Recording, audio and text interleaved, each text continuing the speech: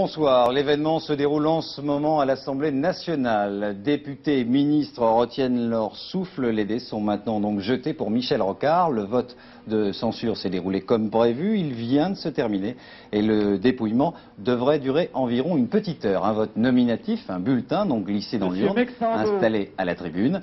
Depuis la décision des communistes de voter cette censure, ce sont les députés non inscrits notamment qui feront la décision. Tout se joue, on le sait, à quelques voix près. Selon les tout derniers pointages et les dernières confidences, le gouvernement de Michel Rocard devrait passer de justesse. Cet après-midi, le Premier ministre a répondu à toutes les critiques, un discours qui avait un petit parfum de testament, en tout cas de bilan. Albert Ripamonti. L'opposition ne se fait guère d'illusions quant au résultat du vote sur la motion de censure. Néanmoins, ces orateurs ont prononcé un réquisitoire en règle contre Michel Rocard.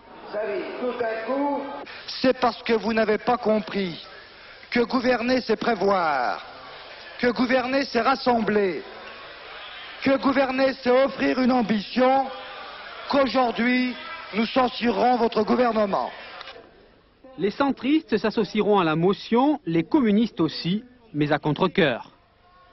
Contraints et forcés par votre obstination, Monsieur le Premier ministre, la motion déposée par la droite, ils sont prêts à ne pas la voter. Le gouvernement peut encore retirer son projet.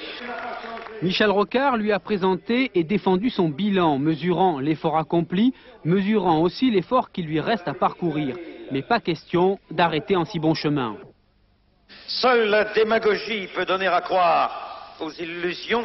J'observe d'ailleurs que ni de part ni d'autre n'existe une politique alternative qui soit à la fois globale et crédible. Le gouvernement, dès lors, entend poursuivre l'œuvre qu'il a engagée et la poursuivre avec opiniâtreté. Les députés d'outre-mer, ils sont une poignée, objet de la sollicitude du gouvernement ces temps derniers. Ce sont eux peut-être qui sauveront ce soir Michel Rocard. Et puis j'ajoute qu'Arlette Chabot se trouve en